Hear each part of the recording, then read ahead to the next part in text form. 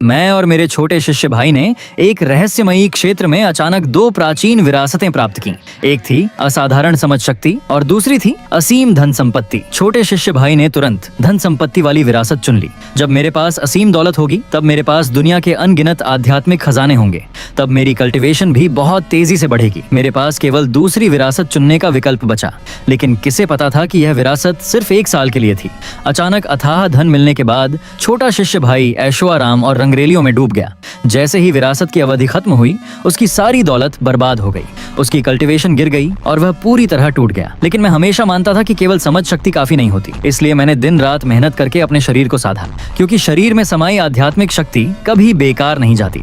बाद में मैं कुनलुन पवित्र भूमि में शामिल हुआ। मैंने सर्वोच्च दिव्य गोलियां बनाई और दानपथ की देवी के साथ मिलकर अमृता अमर संघ की स्थापना की। मैंने अपनी असाधारण समझ और मेहनत से महान अमर जड़ हासिल की। साथ ही दिव्य गोलियां बेचकर अरबों आध्यात्मिक पत्थरों का मालिक बन गया। मैं कल्टीवेशन जगत का सबसे अमीर व्यक्ति बन गया। लेकिन मुझे उम्मीद नहीं थी कि छोटा शिष्य भाई मुझसे ईर्ष्या करने लगेगा। एक सेक्ट प्रतियोगिता के दौरान उसने दुष्ट कल्टीवेटर्स की मदद से मुझ पर हमला करवाया और मुझे गहरी खाई में धकेल दिया। लेकिन जब मेरी आंख खुली तो मैं उस समय में वापस आ चुका था जब विरासत मिलने में अभी 1 सप्ताह बाकी था। और तभी मैंने देखा छोटे शिष्य भाई ने इस बार सबसे पहले असाधारण समझ शक्ति वाली विरासत चुन ली थी। उसे देखकर मुझे तुरंत समझ आ गया, वह भी पुनर्जन्म लेकर वापस आया है, क्योंकि पिछले जीवन में तो वह धन संपत्ति वाली विरासत के लिए लड़ पड़ा था, लेकिन आखिर में वह अपनी दौलत संभाल नहीं पाया। मैं उसके चेहरे की घमंडी मुस्कान देखकर हंस पड़ा। असल में मैं तो हमेशा से एक आजाद कल्टीवेटर बनना चाहता था, और अब अगर मुझे धन के देवता का आशीर्वाद मिल जाए तो यह तो सोने पे सुहागा था। इसलिए मैंने खुशी खुशी ये विरासत स्वीकार कर ली। बड़े भाई, इस जीवन में मेरी बारी है। मैं सर्वोच्च प्रतिभा बनूंगा, कुनलुन पवित्र भूमि में प्रवेश करूंगा और पूरी दुनिया मेरा सम्मान करेगी। तुम बस 1 साल तक मौज करो, फिर एक साधारण इंसान बनकर गिर जाओगे। मैंने बस हल्की मुस्कान के साथ उसकी तरफ देखा। चूंकि विरासत चुन ली गई है तो बड़े भाई की तरफ से तुम्हें अमर मार्ग की शुभकामनाएं। मैं अपने पास बचे आखिरी 50 निम्न स्तरीय आध्यात्मिक पत्थर लेकर जुआ पत्थर बाजार पहुंचा। मैंने 20 पत्थरों में कुछ बेकार कच्चे पत्थर खरीदे। हालांकि उनमें कोई दिव्य बीज नहीं निकला, लेकिन उनमें से आइस कोर क्रिस्टल निकला, जिसकी कीमत 50,000 आध्यात्मिक पत्थर थी। फिर मैं उन 50,000 पत्थरों के साथ अलग अलग व्यापार संघों में गया। मैंने 10,000 खर्च करके अलग अलग युगों के खजाने के नक्शों के टुकड़े खरीदे। मैं रात में होने वाली रहस्यमयी घटना का इंतजार करने लगा। उसके बाद मैंने दिव्य वस्त्र, आध्यात्मिक पालतू, विशाल स्पिरिट एरे और कई शीर्ष उपकरण खरीदे जो अभी मेरे पास नहीं थे। फिर मैं आराम से ड्रैगन लीवर और फिनिक्स बोन भोज खाने गया। पिछले जीवन में मैं कल्टीवेशन और अल्केमी में इतना डूबा रहा कि अक्सर बंद साधना करता था। इससे मेरी नसें सूख गई थी। हालांकि अपनी असाधारण समझ से मैं अमर सम्मान के स्तर तक पहुंच गया था, लेकिन मेरे शरीर में ऐसे घाव रह गए थे जो कभी नहीं भर सकते थे। मेरे पास इतने आध्यात्मिक पत्थर थे कि मैं पूरा कल्टीवेशन जगत खरीद सकता था, लेकिन मेरा शरीर किसी भी सर्वोच्च स्पिरिट भोजन को पचा नहीं सकता था। इस जीवन में मैंने आराम से वह दिव्य भोज खाया। फिर मैं स्वर्गीय श्रेणी के सराय में सबसे महंगा कमरा लेकर सो गया। पिछले जीवन में मन को स्थिर रखने के लिए मैंने 42 लाख सर्वोच्च आध्यात्मिक पत्थर खर्च करके 10,000 साल पुराना जेड बिस्तर खरीदा था, लेकिन फिर भी इनर डेमन से परेशान रहता था। मैं डरता था कि कहीं कोई सूत्र समझ न पाऊं, इसीलिए मैं शांतिदायक धूप भी इस्तेमाल नहीं करता था और पूरी रात पीड़ा सहता रहता था। लेकिन अब मेरा मन बिल्कुल शांत था। यही सुकून मुझे चाहिए था। जब मेरी आंख खुली तब 15 घंटे बीत चुके थे। खजाने के नक्शों से जुड़े अवशेष खुल चुके थे। मैं एक एक करके उन जगहों पर गया और आसानी से 1.5 मिलियन आध्यात्मिक पत्थरों के खजाने निकाल लिए। हालांकि इससे मैं तुरंत बेहद अमीर नहीं बना, लेकिन अगर भाग्य का साथ न हो तो बहुत से लोग पूरी जिंदगी में 10,000 आध्यात्मिक पत्थर भी नहीं कमा पाते। मैं तुरंत व्यापार संघ गया और आध्यात्मिक पत्थरों का विनिमय कराया। 20% फीस काटने के बाद मेरे पास सिर्फ 12 लाख बचे। मैं उस घास फूस दिमाग वाले छोटे शिष्य भाई जैसा नहीं था। वह नहीं समझता था कि पैसा पैसे को जन्म देता है। उसे लगता था कि भाग्य होने से वह पूरी जिंदगी आराम से बैठकर खा सकता है। लेकिन मैंने व्यापार संघ चलाए थे, नीलामी घर भी संभाले थे। पिछले जीवन का अनुभव मैं भूला नहीं था। आध्यात्मिक पत्थर सिर्फ बाहरी वस्तु हैं, उन्हें असली संसाधनों और ताकत में बदलो, तभी वे सच में तुम्हारे बनते हैं। मैंने पिछले जीवन की एक दुर्लभ सामग्री ढूंढी, स्टार मेटियोर आयरन। अभी यह हथियार बनाने वाली सामग्री कचरे जैसी मानी जाती थी, इसलिए इसकी कीमत सबसे कम थी। लेकिन मुझे याद था 1 सप्ताह बाद एक महान शक्तिशाली व्यक्ति खोज निकालेगा कि यही दिव्य हथियारों का मुख्य पदार्थ है। तब इसकी कीमत आसमान छू जाएगी। अभी एक जिन लोहे की कीमत सिर्फ एक आध्यात्मिक पत्थर थी, लेकिन 6 महीनों में यह 300 से ज्यादा तक पहुंचने वाला था। मेरे लिए यह सबसे तेज पैसा बढ़ाने का तरीका था। मैंने पूरे 12 लाख आध्यात्मिक पत्थर स्टार मेटियोर आयरन खरीदने में लगा दिए। मैं उसके 300 गुना बढ़ने का इंतजार करने लगा। दूसरी तरफ छोटा शिष्य भाई असाधारण समझ शक्ति मिलने के बाद भी मेहनत नहीं कर रहा था। वह हर दिन सेक्ट के व्याख्यान कक्ष में या तो सोता रहता या चित्र कथाएं पढ़ता रहता। मूलभूत अभ्यास भी कभी नहीं करता था। यहाँ तक कि शिक्षा देने वाले बुजुर्ग भी उसे डांटने लगे, लेकिन वह घमंड से जवाब देता, मेरी प्रतिभा सर्वोच्च है, मुझे इस तरह मर खपकर मेहनत करने की जरूरत नहीं, सेक्ट प्रतियोगिता में मैं पहला स्थान लेकर दिखाऊंगा। बुजुर्ग उसे देखकर बस बेबस हो जाते। और मैं अब भी अपने शरीर और जीवन का ध्यान रखता था। हालांकि पिछले जीवन में मैं दान पथ का महान मास्टर बना था और कुनलुन पवित्र भूमि में अमर सम्मान तक पहुंचा था, लेकिन इस जीवन में मेरा लक्ष्य सिर्फ कठिन साधना नहीं था। मैं फिर से वही पुराना रास्ता नहीं चलना चाहता था, और सबसे जरूरी, मैं किसी भी हालत में जी रुयान से दोबारा नहीं मिलना चाहता था। दुनिया की नजर में दान प्रतिभा और पवित्र मार्ग की जादुई कन्या की जोड़ी किसी कथा जैसी परफेक्ट लगती थी, लेकिन कोई नहीं जानता था। मेरे हर कदम ऐसा लगता था जैसे मैं नंगे पांव तलवारों के पहाड़ पर चल रहा हूँ। इतना दर्द होता था कि खून बहने लगता, फिर भी मुझे मुस्कुराकर दुनिया का सामना करना पड़ता। छोटे शिष्य भाई के पास असाधारण समझ शक्ति थी, इसलिए चाहे वह आलसी रहे, फिर भी उसकी तकनीक समझने की गति बहुत तेज थी। हर बार वह मुझसे ज्यादा सीख जाता। वह बाहरी शिष्यों में पहला स्थान बनाए रखता।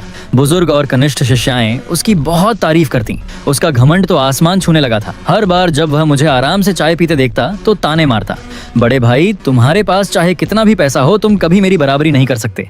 मैं कहता हूँ तुम साधना छोड़ ही दो, अपने भाग्य से जुआ पत्थर खेलो, अच्छा खाओ पियो और 1 साल मजे करो, फिर आराम से साधारण इंसान बन जाना।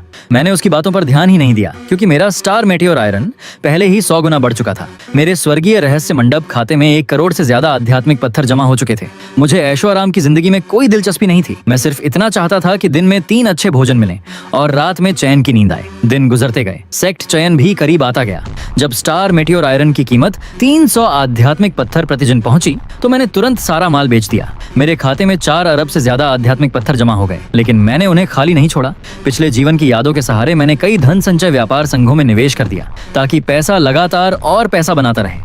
दूसरी तरफ छोटा शिष्य भाई अपनी सुंदर शक्ल और सर्वोच्च प्रतिभा वाली छवि के कारण पूरे कल्टीवेशन जगत में तेजी से मशहूर हो गया। वह अपनी साधना के अनुभव बेचकर लगभग 20 लाख आध्यात्मिक पत्थर कमा चुका था, लेकिन उसने पिछले जीवन से कोई सबक नहीं लिया। उसने कभी अपनी नींव मजबूत करने के बारे में नहीं सोचा। बड़े भाई, अंदाजा लगाओ मैं किससे मिला हूँ? छोटा शिष्य भाई मेरे गुफा निवास में घुसा और घमंड से बोला। मैं उस समय एक प्राचीन दान सूत्र का अध्ययन कर रहा था। मैंने सिर तक उठाने की जहमत नहीं की। नहीं जानता और जानने में कोई दिलचस्पी भी नहीं। वह हंस पड़ा। अगर मैं उसका नाम बता दूं तो तुम्हें जरूर दिलचस्पी होगी। उसका नाम है जी रुयान, जेड पूल पवित्र भूमि की जादुई कन्या। ये कहते हुए वह मुझे गौर से देखने लगा। पिछले जीवन में जो कुछ तुम्हारा था अब सब मेरा होगा। मैंने अनजान बनने का नाटक किया। मुझे समझ नहीं आ रहा तुम क्या बकवास कर रहे हो। कौन सा पिछला जीवन, कौन सा यह जीवन? छोटा शिष्य भाई अचानक उलझन में पड़ गया। तुम पुनर्जन्म लेकर वापस नहीं आए? मैंने उसकी तरफ ऐसे देखा जैसे वह पागल हो। पुनर्जन्म? तुमने शायद बहुत ज्यादा कहानी पुस्तकें पढ़ ली हैं। मैंने हाथ बढ़ाकर उसका माथा छुआ। उसने मेरा हाथ झटक दिया और कुछ निराश होकर बोला, कितना बोरिंग है। मैं तो सोच रहा था तुम्हें अपनी आंखों से सब छिनते हुए दिखाऊंगा, यहाँ तक कि जी रुयान भी। लेकिन कोई बात नहीं, इस जीवन में तुम किसी भी हालत में मुझसे जीत नहीं सकते।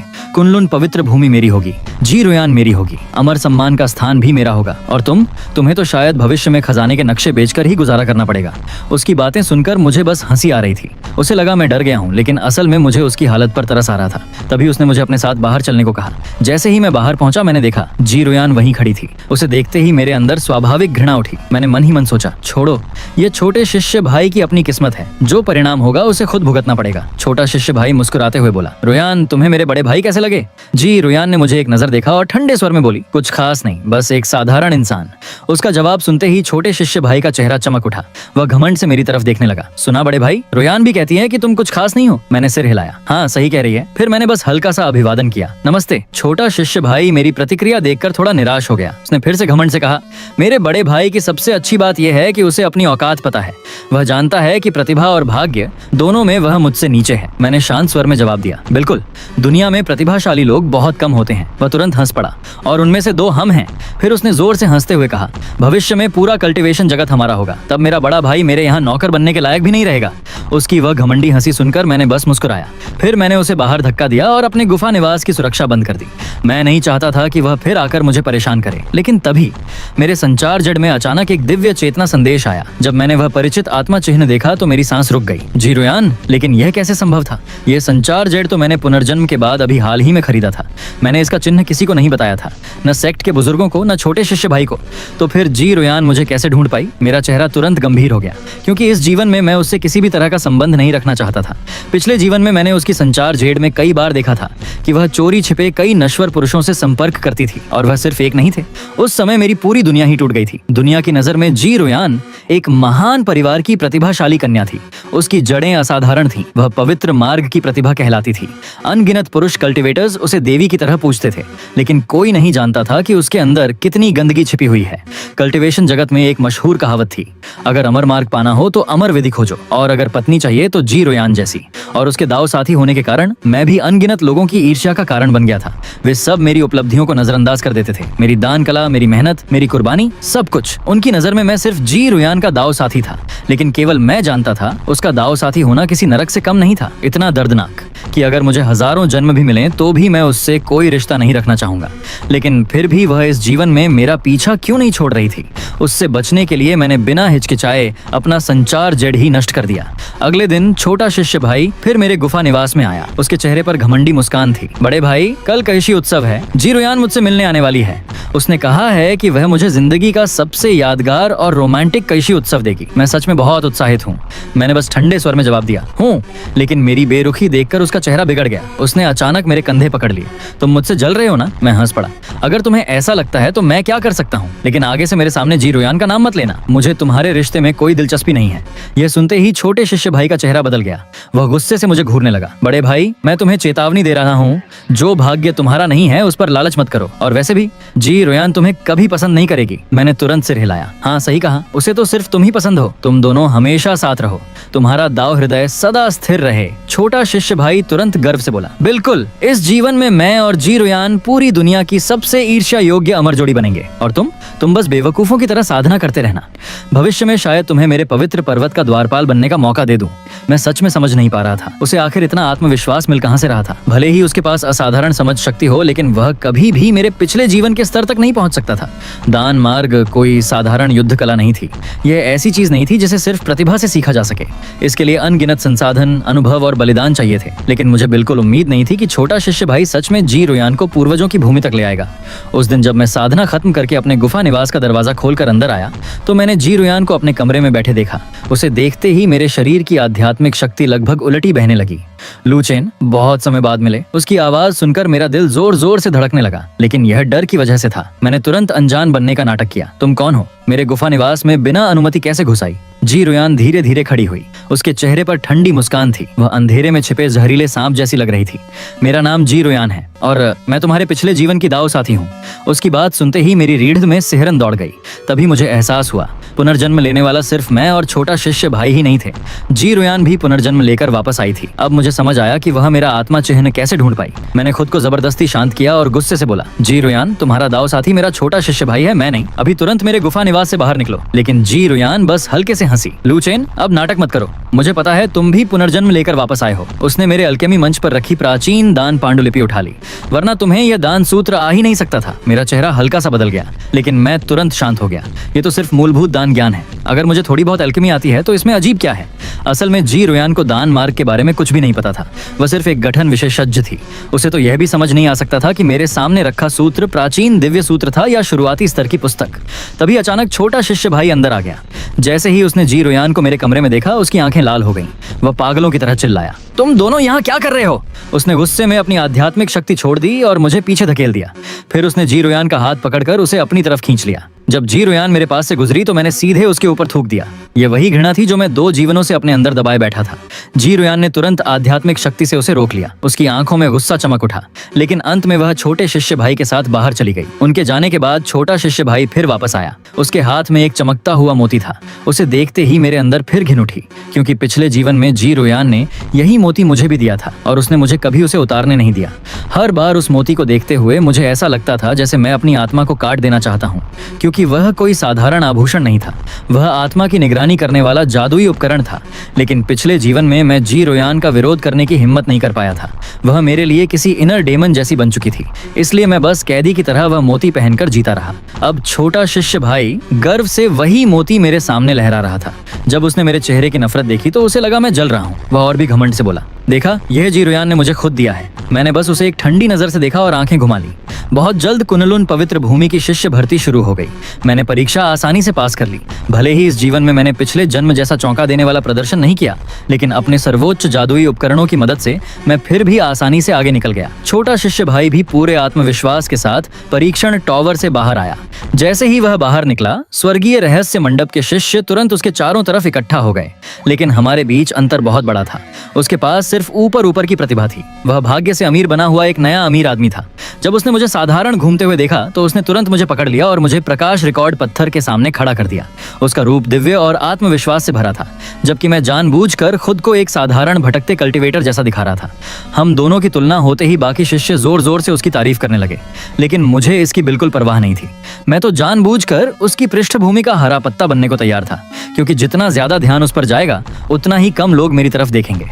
जब वह प्रकाश रिकॉर्ड पत्थर पूरे कल्टीवेशन जगत में फैला तो छोटा शिष्य भाई फिर मेरे पास आकर घमंड करने लगा। बड़े भाई, तुम इतने अमीर होकर भी गरीबों जैसे दिखते हो, तुम्हें सच में पैसे इस्तेमाल करना नहीं आता? मैंने कुछ नहीं कहा, क्योंकि वह नहीं जानता था मेरे व्यापार संघों में लगा धन अब बढ़कर 12 अरब आध्यात्मिक पत्थर हो चुका था, और जब यह 30 अरब तक पहुंच जाएगा तब असली खेल शुरू होगा। उस समय चाहे 10 जी रुयान भी क्यों ना आ जाएं, मुझे उस आनंद तक मुझे उनसे डरने की जरूरत नहीं होगी। जल्द ही परीक्षण के परिणाम घोषित किए गए। कई शिष्य पहले से ही बाहर इकट्ठा होकर छोटे शिष्य भाई का इंतजार कर रहे थे।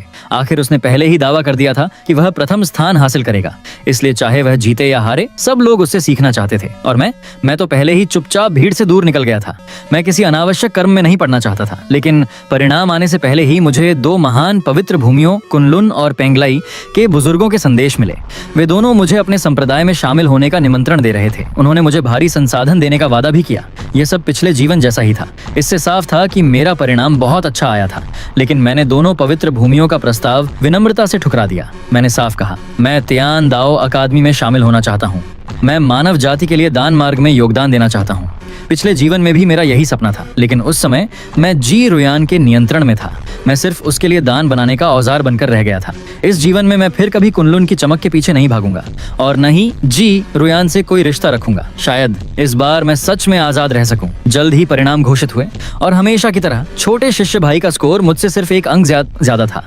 वह फिर से प्रथम स्थान ले गया। उसने बाहर सबको बताया कि मेरी उपलब्धि भी उसकी मार्गदर्शना की वजह से थी। जब लोगों ने मुझसे पूछा तो मैंने भी वही जवाब दिया। उसे जो शोहरत चाहिए थी मैंने सब उसे दे दी।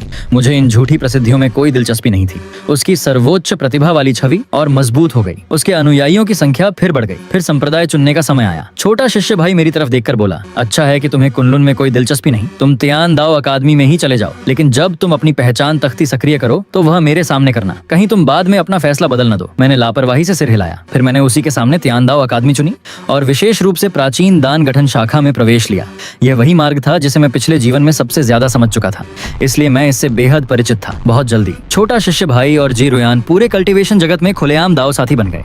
दोनों को कुनलुन पवित्र भूमि ने पहले ही विशेष रूप से स्वीकार कर लिया था। सर्वोच्च प्रतिभा और पवित्र मार्ग की जादुई कन्या की जोड़ी ने एक बार फिर पूरे जगत का ध्यान खींच लिया। छोटे शिष्य भाई की प्रसिद्धि और बढ़ती गई। उसकी लोकप्रियता कई पवित्र भूमियों के उत्तराधिकारियों तक पहुंच गई। लेकिन तभी मुझे अचानक कुछ अजीब महसूस हुआ। उन दोनों की प्रवेश पत्रियां आ चुकी थीं, लेकिन मेरी अभी तक नहीं आई थी। तियान दाओ अकादमी की तरफ से भी कोई संपर्क नहीं आया। मेरे मन में बेचैनी उठी। मैंने तुरंत संप्रदाय चयन जेड पट्टिका जांची और जो देखा उससे मेरा चेहरा ठंडा पड़ गया। तियान दाओ अकादमी जिसे मैंने चुना था उसे रद्द कर दिया गया था। उसकी जगह मेरे नाम के सामने लिखा था साधारण सेवक कक्ष। मेरा दिल डूब गया। मैं तुरंत बाहर भागा और छोटे शिष्य भाई को पकड़ लिया, जो इस समय खुशी से चमक रहा था। वह मेरी हालत देखकर हंस पड़ा। तुम जैसे इंसान सिर्फ सेवक बनने लायक हो, मैंने उसकी आंखों में देखते हुए कहा। अच्छा, तो फिर मैं भी देखना चाहता हूँ कि तुम आखिर कितने योग्य हो।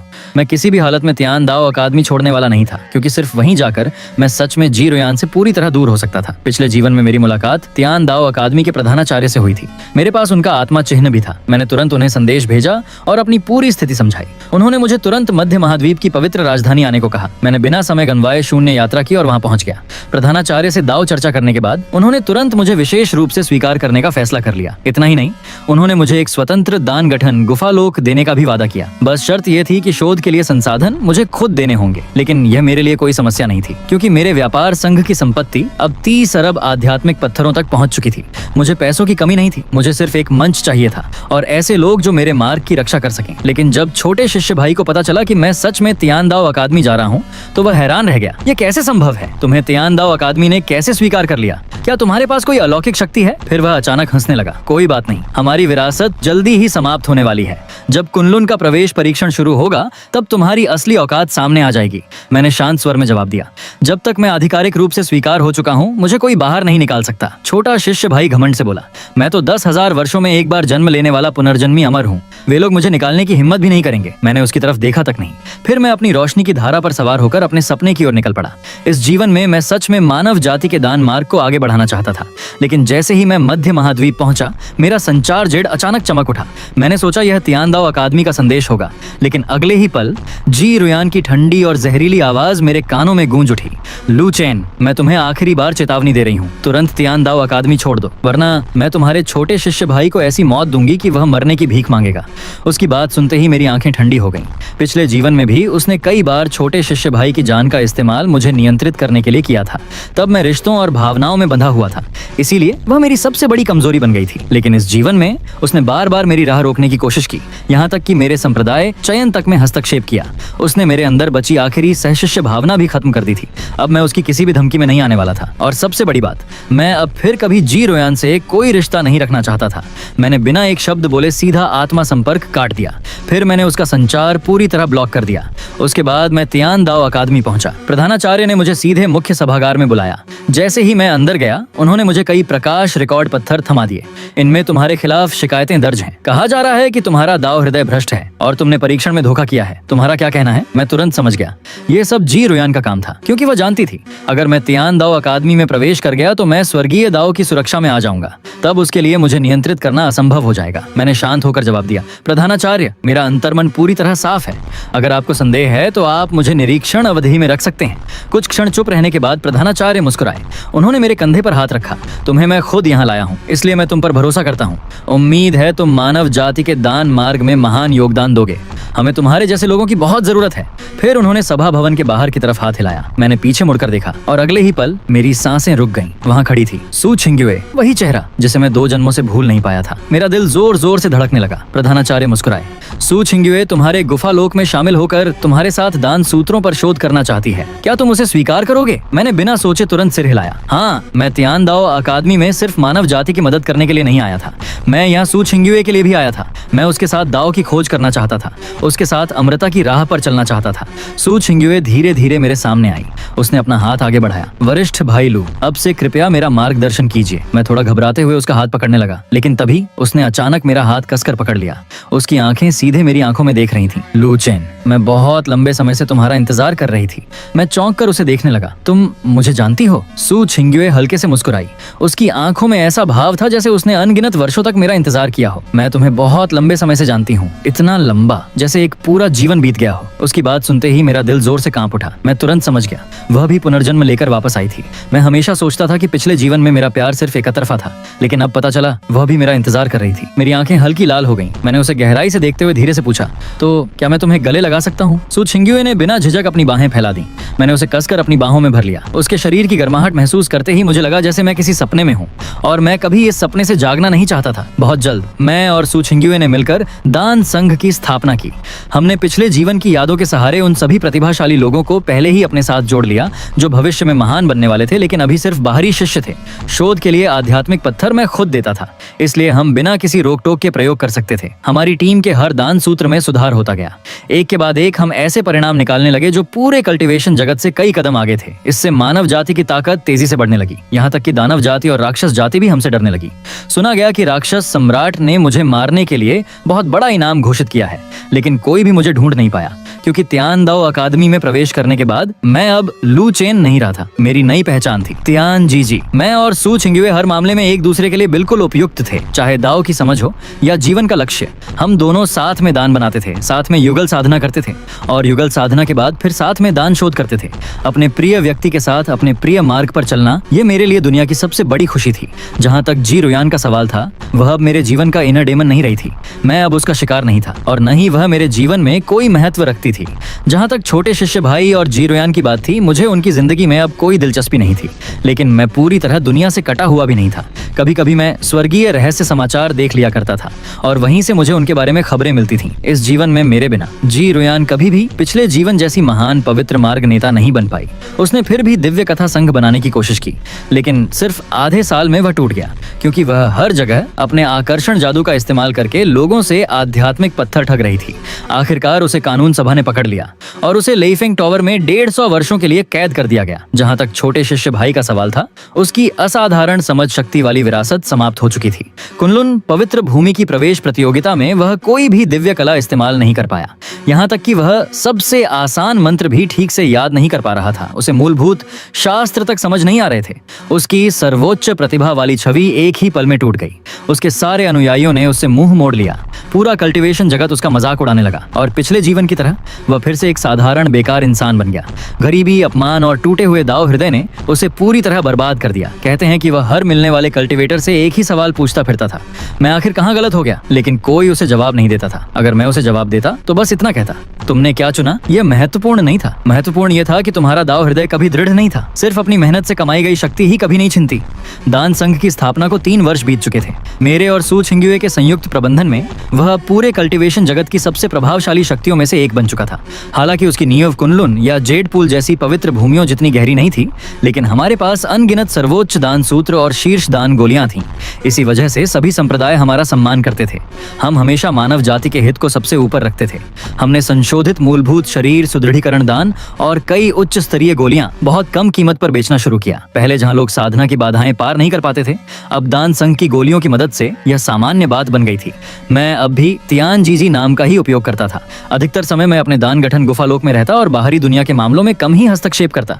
मेरे साथ हमेशा सिर्फ सू छिंग्युए रहती थी। हर सुबह हम साथ बैठकर नए दान सूत्रों पर चर्चा करते, दोपहर में साथ मिलकर दान अग्नि को नियंत्रित करते और रात में हम विशाल स्पिरिट एरे के भीतर युगल साधना करते हुए दाव का अध्ययन करते। उसकी गठन कला और मेरी दान कला एक दूसरे की पूरक थी। कई बार किसी दान सूत्र की समस्या मुझे परेशान करती रहती, लेकिन सू छिंग्युए बस एक गठन परिवर्तन करके तुरंत समाधान निकाल देती और मेरी बनाई मन स्थिर दान गोलियां उसकी गठन कला की बाधाएं तोड़ने में मदद करती। सिर्फ 3 वर्षों में सू छिंग्युए पिछले जीवन की अपनी सर्वोच्च अवस्था को भी पार कर चुकी थी।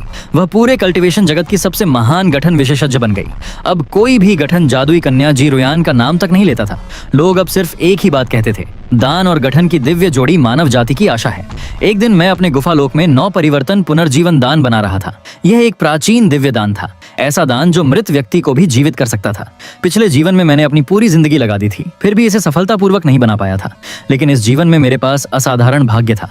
मैंने सभी आवश्यक दिव्य सामग्री इकट्ठा कर ली थी और सू छिंग्युए ने मेरे लिए सर्वोच्च गठन स्थापित किया था।